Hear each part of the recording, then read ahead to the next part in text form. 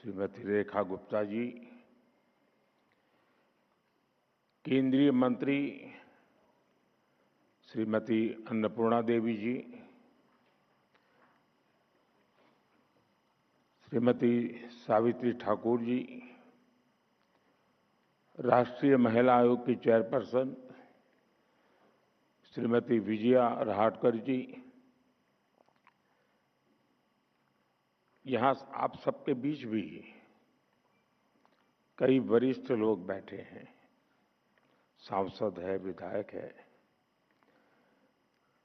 हमारे लोकसभा के पूर्व स्पीकर आदरणीय मीरा कुमार जी भी हमारे बीच है।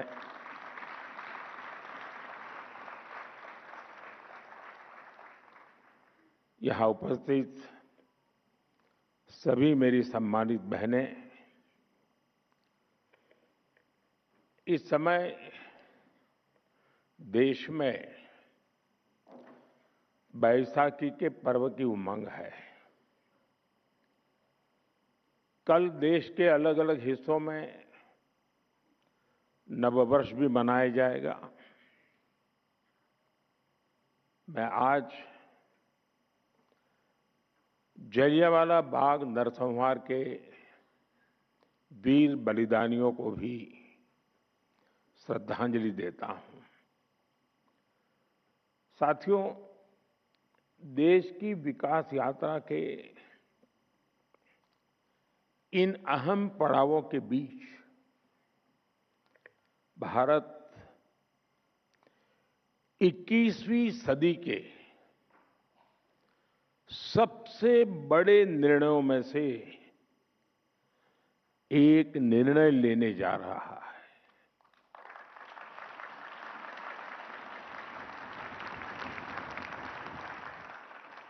मैं बहुत जिम्मेवारी के साथ कह रहा हूं कि 21वीं सदी के महत्वपूर्ण निर्णयों में से एक महत्वपूर्ण निर्णय ये है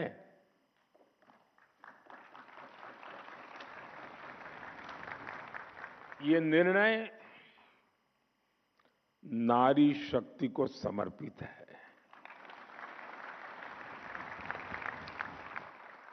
नारी शक्ति वंदन को समर्पित है। हमारे देश की संसद एक नया इतिहास रचने के करीब है। एक ऐसा नया इतिहास जो अतीत की संकल्पनाओं को साकार करेगा, जो भविष्य के संकल्पों को पूरा करेगा। एक ऐसे भारत का संकल्प जो समता मूलक हो, जहां सामाजिक न्याय केवल एक नारा न हो, लेकिन हमारी कार्य संस्कृति का, हमारे वर्क कल्चर का, हमारी निर्णय प्रक्रिया का स्वाभाविक हिस्सा हो। साथियों, राज्यों की विधानसभाओं से लेकर देश की संसद तक दशकों की प्रतीक्षा के अंत का समय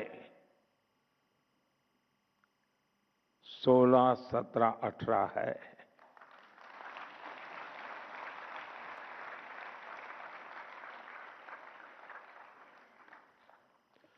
दो 2023 में नई संसद में जो नया भवन निर्माण हुआ, उसमें हमने नारी शक्ति वंदन अधिनियम के रूप में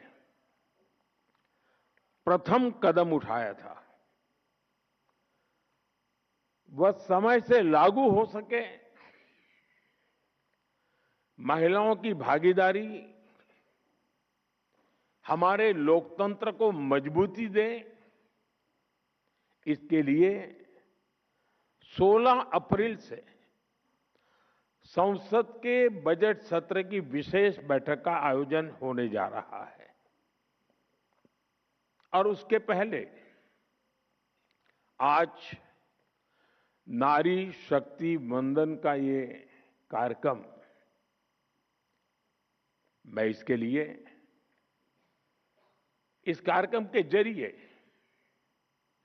हमें देश की कोटि कोटि माता बहनों का आशीर्वाद मिल रहा है। और मैं इस कार्यक्रम में आपको कोई उपदेश देने नहीं आया हूं, न ही मैं आपको जगाने आया हूं। मैं आज आया हूं आप सबके, देश की कोटि कोटि माताओं बहनों के आशीर्वाद लेने के लिए।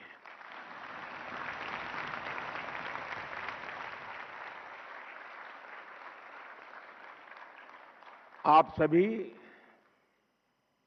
देश के कोने कोने से आई हैं। मैं आपकी इस उपस्थिति के लिए, इस महत्वपूर्ण काम के लिए आपने जो समय निकाला है, इसके लिए आपका हृदय से अभिनंदन करता हूं। साथ ही भारत की सभी महिलाओं को एक नए युग के आगमन की बधाई भी देता हूं। साथियों, लोकतांत्रिक संरचना में महिलाओं को आरक्षण देने की जरूरत दशकों से हर कोई महसूस कर रहा था, चर्चा भी होती थी। इस विमर्श को करीब करीब 4 दशक बीत गए, 40 साल बीत गए। इसमें सभी पार्टियों के और कितनी ही पीढ़ियों के प्रयास शामिल है। हर दल ने इस विचार को अपने अपने ढंग से आगे बढ़ाया है। 2023 में जब नारी शक्ति वंदन अधिनियम आया था, तब भी सभी दलों ने सर्वसम्मति से इसे पास कराया था।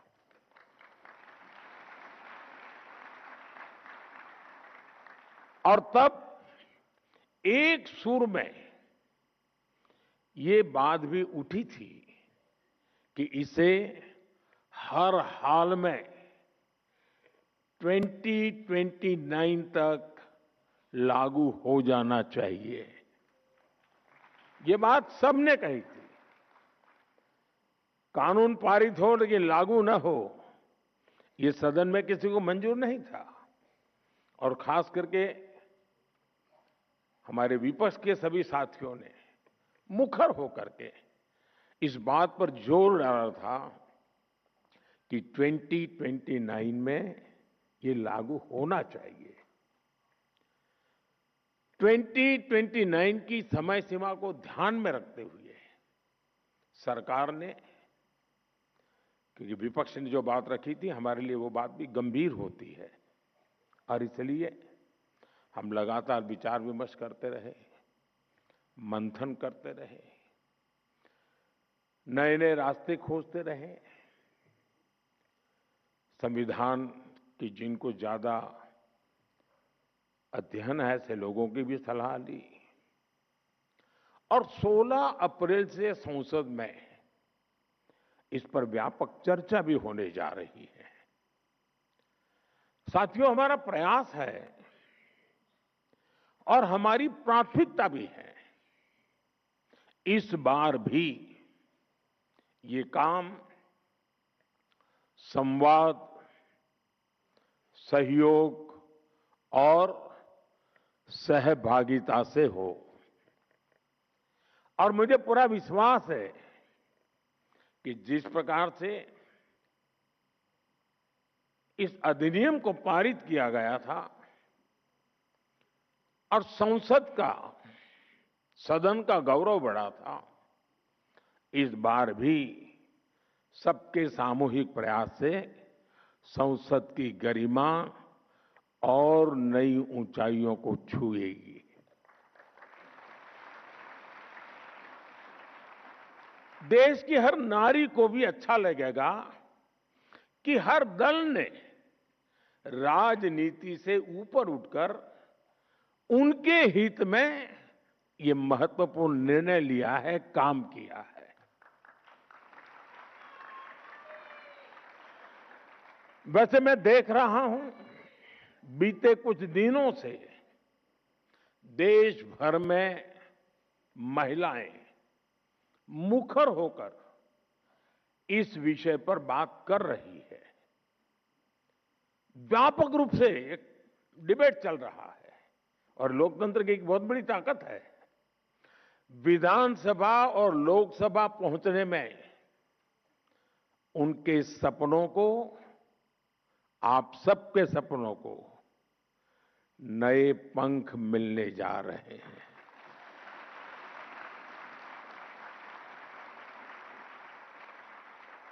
मैं अनुभव कर रहा हूं, देश में एक सकारात्मक माहौल बना है। साथियों, आजादी की लड़ाई से लेकर संविधान सभा के निर्णयों तक स्वतंत्र भारत की नींव रखने में भारत की नारी शक्ति ने असीमित योगदान दिया है। इतिहास गवाह है। और आजादी के बाद भी जिन महिलाओं को प्रतिनिधित्व का मौका मिला, उन्होंने देश के लिए बहुत शानदार काम किया है। हमारे देश में राष्ट्रपति से लेकर प्रधानमंत्री तक महिलाएं जहां भी रही हैं, उन्होंने अपनी अलग लेगेसी बनाई है। इस समय भी हमारे देश में राष्ट्रपति जी से लेकर वित्त मंत्री तक ऐसे अहम पद महिलाएं ही संभाल रही है। उन्होंने देश की गरिमा और गौरव दोनों को बढ़ाया है। साथियों, हमारे देश में महिला नेतृत्व का एक बेहतरीन उदाहरण पंचायती राज संस्थाएं भी हैं। आज भारत में 14 लाख से अधिक महिलाएं लोकल गवर्नमेंट बॉडीज में सफलतापूर्वक काम कर रही है।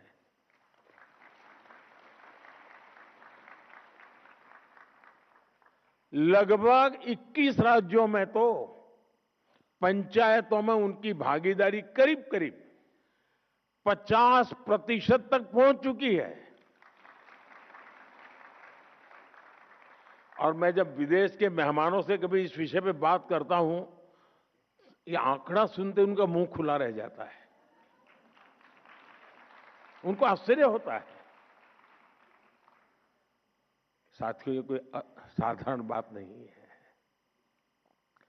लाखों महिलाओं की राजनीति और सामाजिक जीवन में ये सक्रियता दुनिया के बड़े बड़े नेताओं और राजनीति के विशेषज्ञों को भी बहुत ही हैरान करने वाली बात होती है।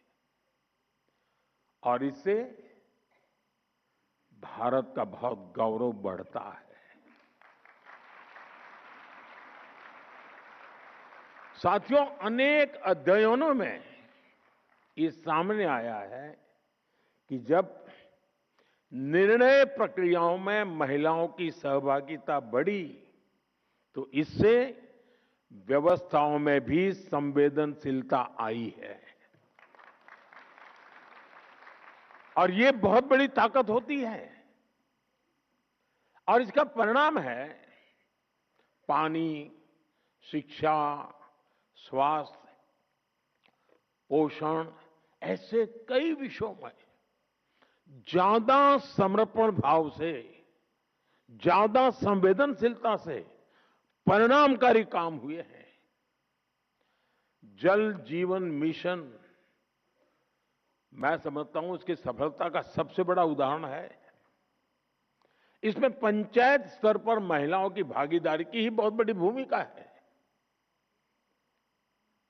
साथियों, हमारे लोकल बॉडीज और संस्थानों में इतने वर्षों से जो लाखों महिलाएं काम कर रही हैं, नेतृत्व कर रही है, उनके पास ग्रासरूट लेवल का बहुत समृद्ध और लंबा अनुभव है।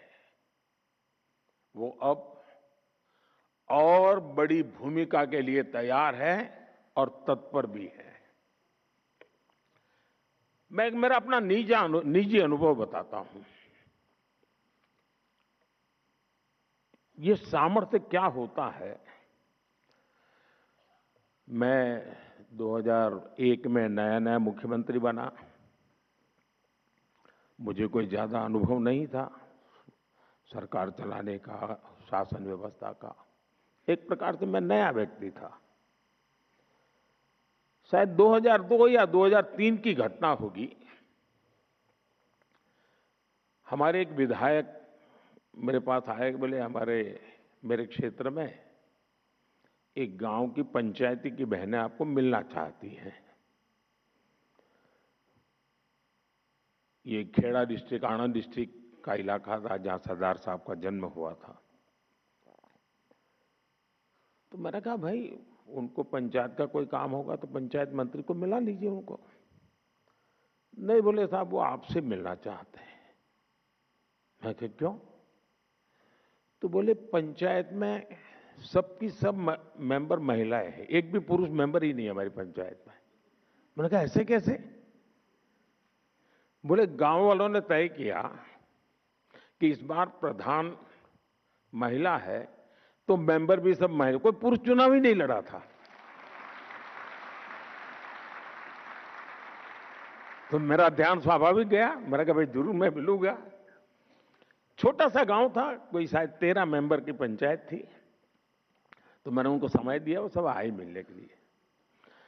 वो 13 बहनें थी, उसमें जो गांव की प्रधान बनी थी वो शायद 8वीं कक्षा तक पढ़ी थी। बाकी जो बहनें थी, एक दो बहनों तो घूंघट भी लगा हुआ था। वो ज्यादा शायद कुछ तो होगी जिन्होंने स्कूल भी नहीं देखा होगा। तो सब आए। मुझे लगता है ये सब बड़े बड़े लोगों ने उनको कोई मेमोरेंडम पकड़ा दिया होगा, कुछ मांग लेकर के आए होंगे कि मेरे गांव में ये करो, मेरे गांव में वो करो। मैं हैरान था, उनके हाथ में कोई कागज नहीं था। तो बैठे, मैंने परिचय किया। मैं पूछा आपने समय मांगा था, क्या काम है? नहीं, बोले कोई काम नहीं है। ऐसे ही बोले हम चुनकर आए हैं तो मिलने आए थे। अब ये भी मेरे लिए बड़ा आश्चर्य था, वरना नेता लोग आते हैं तो सिर्फ मेमोरेंडम लेके आते हैं। फिर मैंने उनको पूछा, अच्छा बताइए, मैंने कहा कि आपको अगर 5 साल इतना बड़ा काम मिल गया, आप सब बहनें गांव को संभालने वाली हैं, तो आपका सपना क्या है? 5 साल में क्या करोगे आप लोग? गांव में कैसा करोगे? सामान्य होता तो क्या जवाब देता? ये जो हम जैसे बड़े बड़े दिखते हैं ना, वो क्या जवाब देते हैं? स्कूल बना लेंगे, अस्पताल बना देंगे, रोड बना देंगे, ऐसे ही जवाब देते। उस दिन 8वीं कक्षा पढ़ी हुई इस प्रधान ने और उसके साथ आई हुई महिला मेंबर्स ने मुझे जो जवाब दिया, वो शायद दुनिया का बड़े से बड़ा अर्थशास्त्री नहीं दे सकता है। और वो बात आज भी मेरे लिए एक लेसन की तरह है। मैं सीएम बना, पीएम बना, लेकिन उस पंचायत की महिलाओं की वो बात मेरे लिए आज भी मार्गदर्शक है। आपको आश्चर्य होगा ऐसा क्या जवाब दिया होगा। जब मैंने उनको पूछा क्या करेंगे आप? 5 साल आपको मिले हैं, गांव ने आपको नहीं बढ़ाया था। तब उन्होंने मुझे जवाब दिया, साहब एक इच्छा है। मैंने कहा क्या? और वो जवाब आज भी मेरे कानों में गूंजता रहता है।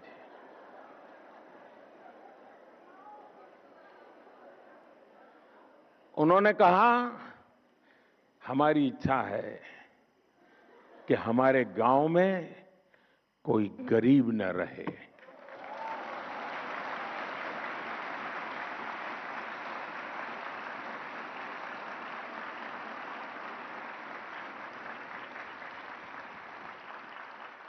बड़े से बड़े अर्थशास्त्रियों के लिए भी इससे बड़ा कोई संदेश नहीं हो सकता है।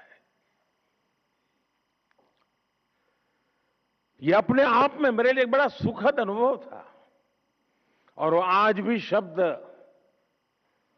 मेरे कानों में गूंजते रहते हैं। और इसलिए जमीन से जुड़े हुए अनुभव से जो वाणी निकलती है ना, वो वेद वाक्य बन जाता है।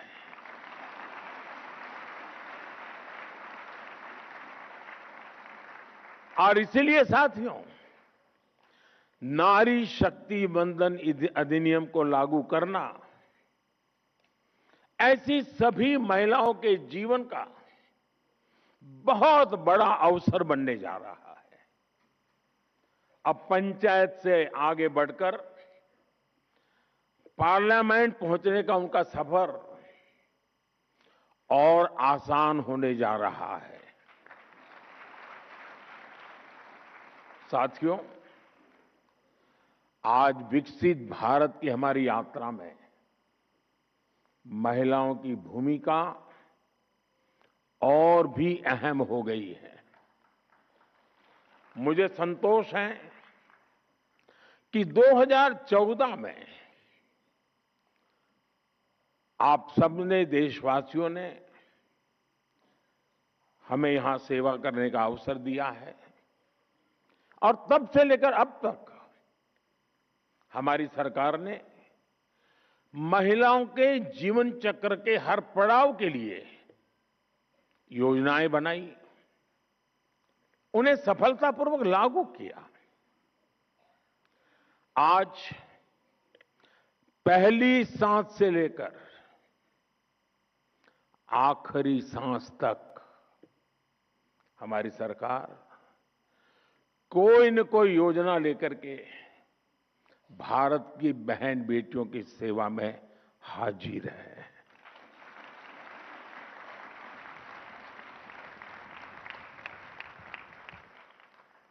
गर्भ में बेटी की हत्या ना हो, इसके लिए हमने बेटी बचाओ बेटी पढ़ाओ अभियान शुरू किया। गर्भ की अवस्था में मां को सही पोषण मिले, इसके लिए हर गर्भवती मां को मातृ वंदना योजना के तहत 5,000 रुपए की आर्थिक मदद दी। जन्म के बाद बेटी को पढ़ाई में मुश्किल ना हो, इसके लिए ज्यादा से ज्यादा ब्याज मिले, ऐसी सुकन्या समृद्धि योजना शुरू की। बेटी को गंभीर बीमारी से बचाने के लिए बचपन में उसे सही समय पर टीके लगते रहे, इसके लिए मिशन इंद्रधनुष शुरू किया। बेटी को स्कूल में शौचालय की परेशानी न हो, इसके लिए स्वच्छ भारत अभियान के तहत देश में करोड़ों शौचालय बनाए गए। बेटी को पीरियड्स के दौरान परेशानी ना हो, इसके लिए लगभग मुफ्त में सैनिटरी नैपकिन देने का अभियान शुरू किया गया। बेटी अगर स्पोर्ट्स में आगे जाना चाहती हैं तो उसे खेलो इंडिया अभियान के तहत सालाना 1 लाख रुपए तक की मदद मिल रही है। बेटी अगर बड़ी होकर भविष्य में सेना में जाना चाहे तो उसके लिए सरकार ने सैनिक स्कूल में एडमिशन के लिए दरवाजे खोल दिए। नेशनल डिफेंस एकेडमी में जाने के रास्ते खोल दिए। जीवन के आगे के पड़ाव में बेटी को रसोई में धुएं की परेशानी ना उठानी पड़े, इसके लिए हमने उज्ज्वला योजना शुरू की, करोड़ों गैस कनेक्शन मुफ्त दिए। बेटी को मीलों तक सिर पर पानी ना ढोना पड़े, इसके लिए हमने हर घर नल से जल अभियान शुरू किया। बेटी को अपने परिवार के लिए राशन की चिंता ना करने पड़े, इसके लिए मुफ्त राशन की योजना शुरू की। अपने पारिवारिक जीवन में बेटियों को इलाज की चिंता न हो, इसके लिए उन्हें 5 लाख रुपए तक का मुफ्त इलाज देने वाली आयुष्मान योजना संभव बनाई दी। 80% तक डिस्काउंट पर सस्ती दवा के लिए जन औषधि केंद्र, इन सब का सबसे ज्यादा लाभ हमारी बहनों और बेटियों को हो रहा है। साथियों, आप सभी इस बात को भली भांति जानते हैं कि भारत में महिलाओं को सशक्त करने के लिए उनकी आर्थिक भागीदारी को बढ़ाना आवश्यक है। इसलिए हमने अपनी सरकार के हर निर्णय में, हर योजना में इस पहलू का ध्यान रखा। पहले परिवार की संपत्ति मुख्य रूप से पुरुषों के नाम होती थी। घर है तो पुरुष के नाम पर, खेत है तो पुरुष के नाम पर, दुकान है तो पुरुष के नाम पर, गाड़ी है तो पुरुष के नाम पर, स्कूटर है तो भी पुरुष के नाम पर, और यह सहज चलता था। हमने पीएम आवास योजना में घरों को प्राथमिकता के आधार पर परिवार की महिलाओं के नाम पर रजिस्टर करना शुरू किया। बच्चे स्कूल जाते हैं तो स्वाभाविक रूप से पिता का नाम लिखा जाता है। हमने आकर ये शुरू किया, मां का नाम भी लिखा जाएगा।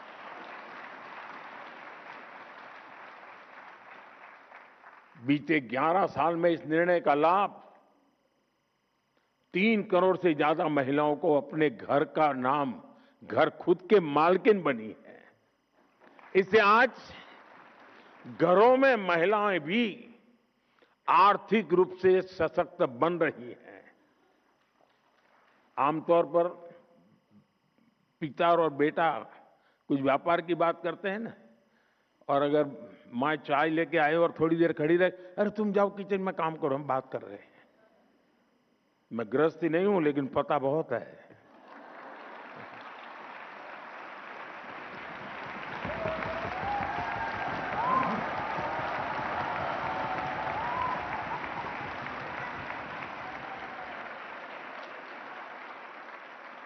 लेकिन अब जब वो आर्थिक ताकत बनी है ना, तो बेटा भी कहता है, अरे जरा मम्मी को बुलाइए ना बातचीत में, उनको बुलाइए ना।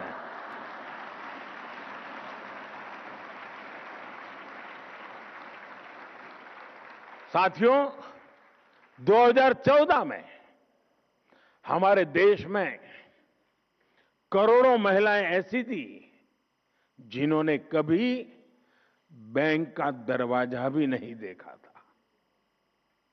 महिलाएं बैंकिंग सेक्टर से जुड़ी ही नहीं थी, तो उन्हें बैंकिंग का लाभ कैसे मिला?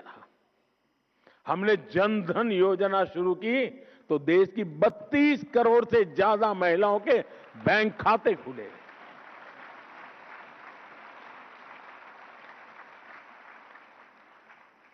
मैं जब गुजरात में था तो एक निर्णय मुझे बड़ा शुरुआत में बड़ी कठिनाई हुई थी।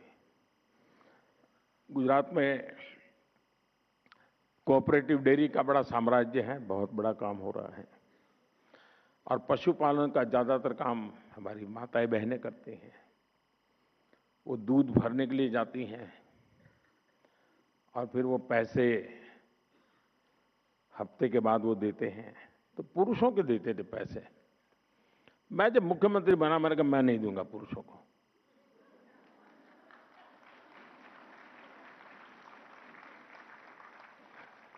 उस समय मैंने बैंकों में जो दूध भरने आने वाली बहनें थी, उनके बैंक खाते खुलवाए, और उस समय डेयरी में दूध का पैसा सीधा महिलाओं के बैंक खाते में जाने लगा।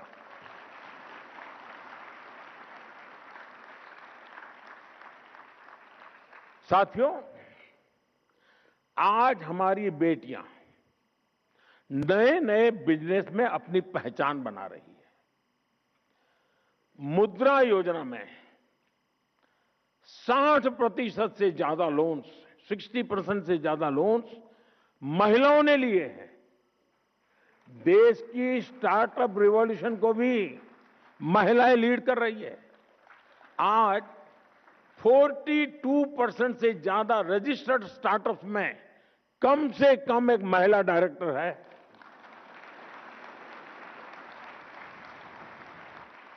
महिलाओं के करियर पर प्रभाव ना पड़े, इसके लिए हमने मैटरनिटी लीव को भी बढ़ाकर 26 हफ्ते कर दिया है। दुनिया के समृद्ध देशों में भी ये सुविधा नहीं है। जब मैं उनको बताता हूं तो आंखें फट जाती हैं इनकी। साथियों, आपको याद होगा कुछ साल पहले देश ने स्किल इंडिया मिशन लॉन्च किया था। हमने वोकेशनल ट्रेनिंग प्रोग्राम शुरू किए थे। आज उसका परिणाम हम हजारों ड्रोन दीदी के जरिए हो रही कृषि क्रांति के रूप में देख रहे हैं। मैं एक बार ये जो ड्रोन दीदी है उनके साथ वीडियो कॉन्फ्रेंस पे बात कर रहा था। गांव की बेटियां हैं, कोई बहू है, वो ड्रोन चलाने से, तो उन्होंने मुझे कहा अब तक तो हमें गांव में कोई बुला, अब तो बोले पायलट कह के बुलाते हैं। हमारी पहचान बन गई, हम पायलट है। यानी परसेप्शन कितना बड़ा तेजी से चेंज हो सकता है एक छोटे से निर्णय से। महिलाएं टेक्नोलॉजी के जरिए आधुनिक खेती करना सीख रही है। आपको ये जानकर खुशी होगी कि पिछले 11 साल में करीब 10 करोड़ महिलाएं स्वयं सहायता समूहों से जुड़ी हैं। सरकार ने ग्रामीण अर्थव्यवस्था को गति दे रही ऐसी 6 करोड़ बहनों को लखपति दीदी बनाने का लक्ष्य रखा है और इसमें से 3 करोड़ से ज्यादा ग्रामीण महिलाएं लखपति दीदी बन चुकी है।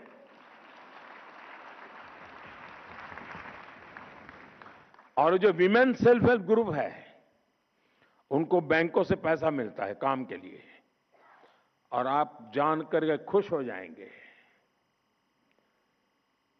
अगर उनको बुधवार को पैसा जमा करना है तो मंगलवार को जाकर के जमा कर देती है, एक दिन पहले।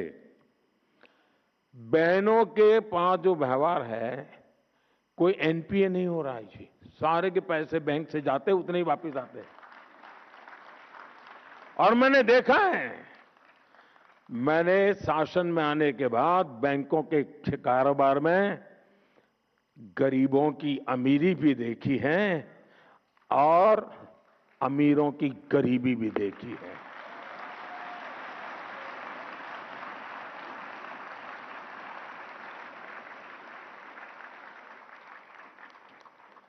इतना ही नहीं साथियों, ये हमारी माताएं बहनें वोकल फॉर लोकल की ब्रांड एम्बेसडर बन रही हैं।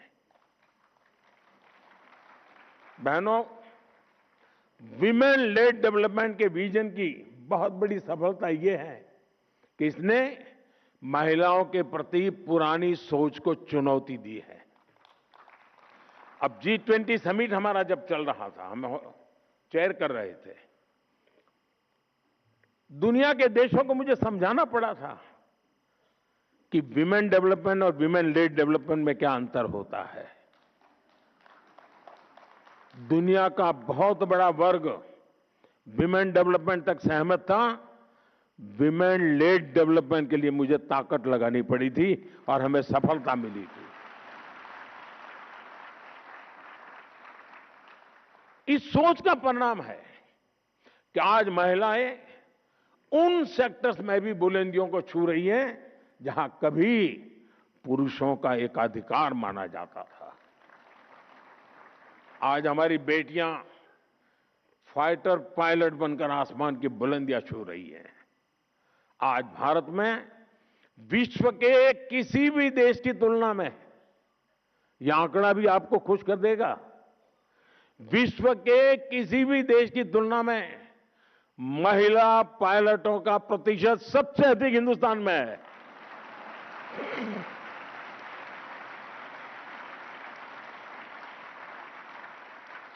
आज पीएचडी एनरोलमेंट में बेटियों की संख्या 2014 की तुलना में डबल हो चुकी है। हायर एजुकेशन और रिसर्च में करीब करीब आधी भागीदारी हमारी बेटियों की है। मैथ्स और साइंस की पढ़ाई में, स्टेम एजुकेशन में बेटियों की संख्या करीब करीब 43% तक पहुंच गई है। मुझे याद है, मैं दुनिया के एक समृद्ध देश में एक बार गया, तो वहां के शिक्षा मंत्री मेरे साथ लिफ्ट में हम लोग जा रहे थे। उन्होंने पूछा मुझे कि भारत में महिलाएं एजुकेशन में कैसा है। मैंने कहा बहुत अच्छा है, ज्यादा है, कुछ जगह पे तो पुरुषों से ज्यादा महिलाएं। तो फिर उन्होंने बड़ी जिज्ञासा से पूछा, स्टेम एजुकेशन में क्या महिला हिस्सा है? मैंने कहा 50% हिस्सा उन्हीं का है। तो उनके लिए आश्चर्य था। ये दुनिया के समृद्ध देश की शिक्षा मंत्री की मैं बात कर रहा हूं। साथियों, हमारे समाज में एक बड़ी चुनौती महिला सुरक्षा को लेकर भी रही है। सदियों से महिलाओं को अपनी सुरक्षा के लिए मौन रहना पड़ा है। हमारी सरकार ने इस दिशा में भी मजबूत कदम उठाए हैं। न्याय व्यवस्था अधिक संवेदनशील बने, निर्णय प्रक्रिया तेज हो, इसके लिए हमने कानूनी बदलाव तो किए ही हैं, साथ ही फास्ट ट्रैक विशेष अदालतों की स्थापना भी की गई है। भारतीय न्याय संहिता में भी महिला सुरक्षा को प्राथमिकता दी गई है। एफआईआर दर्ज कराने की प्रक्रिया को सरल बनाया गया है। अब किसी भी स्थान से ई-एफआईआर या जीरो एफआईआर दर्ज की जा सकती है। पीड़िता के बयान को ऑडियो वीडियो के माध्यम से रिकॉर्ड करने जैसी व्यवस्था लागू की जा गई है। ऐसे कितने ही कदम हैं जिनके जरिए हम प्रगतिशील समाज की अवधारणा को साकार कर रहे हैं। साथियों, जीवन के हर पड़ाव, हर चिंता, सुख दुख, हर अवसर पर, ऐसी हर परिस्थिति में ध्यान देते हुए हमारी सरकार ने अनेक छोटे बड़े कदमों से महिलाओं को सशक्त किया है। इसी का परिणाम है देश अब अपने लोकतंत्र को नई बुलंदी पर लेकर जाने के लिए तैयार है। साथियों, देश की नारी शक्ति ने अपने परिश्रम, साहस और आत्मविश्वास से नई ऊंचाइयों को छुआ है। अब हमें मिलकर इस शक्ति को नई ऊर्जा देनी है। उसके लिए अवसरों का विस्तार करना है। मैं आज इस मंच से देश की माताएं, बहनें, बेटियां, सबको विश्वास दिलाना चाहता हूं कि देश उनकी आकांक्षाओं को समझता है और उनके सपनों को साकार करने के लिए हर आवश्यक कदम उठा रहा है। साथियों, मैं संसद में होने वाली चर्चा से पहले देश की नारी शक्ति से भी अपील करता हूं कि आप इस पूरी प्रक्रिया में अपनी सक्रियता बनाए रखिए। आप अपने अपने क्षेत्र के सांसदों से भी जरूर मिलिए। देश की महिलाएं अपने सांसदों से अपना पक्ष रखें, अपनी अपेक्षाएं उन्हें बताएं और जिस दिन वो सदन में आने के लिए अपने यहां से निकले तो जरा फूलमालाएं देकर के उनको विदाई भी दीजिए।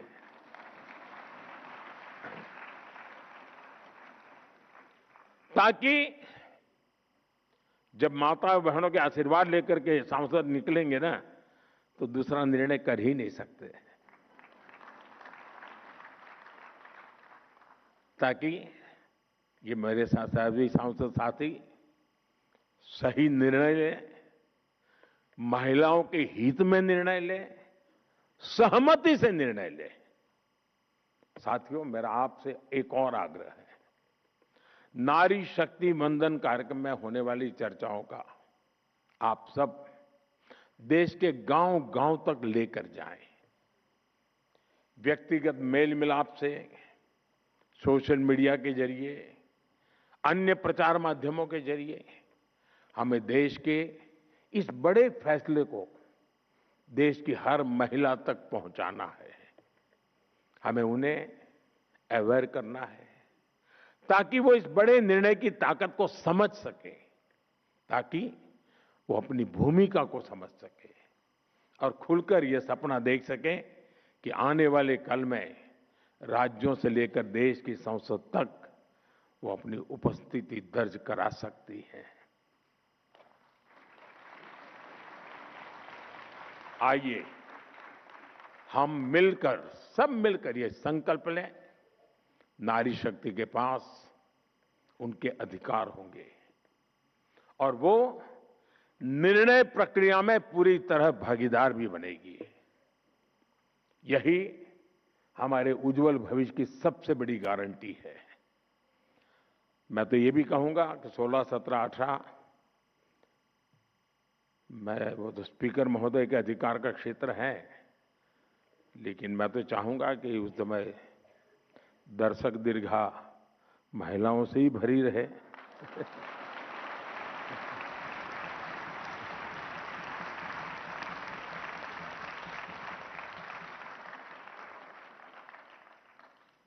एक उत्सव का माहौल बनेगा पूरे देश में और ये दल वो दल वाला विषय नहीं रहने वाला है। कौन जीता, कौन हारा, किसने किया, किसने सब सारा क्रेडिट देश की मातृशक्ति को है। सारा क्रेडिट देश की संसद को है। सारे क्रेडिट हिंदुस्तान के सभी राजनीतिक दलों को है। सारी क्रेडिट पिछले 3-4 दशक से लगातार जो जो काम कर रहे हैं सबको क्रेडिट है। ये सबका है, सबके सहयोग से है और सबकी भलाई के लिए है। इसी विश्वास के साथ आप सबने इतना समय निकाला, इतना उमंग उत्साह के साथ इस कार्यक्रम में शरीक हुए। मैं हृदय से आपका बहुत बहुत अभिनंदन करता हूं, आभार व्यक्त करता हूं। बहुत बहुत धन्यवाद। आपका कोटि कोटि आभार। माननीय प्रधानमंत्री जी आपके उत्प्रेरक उद्बोधन के लिए हृदय से आभारी हैं। 2029 तक नारी शक्ति वंदन हो लागू, समस्त नारी शक्ति की बुलंद आवाज है। आइए 100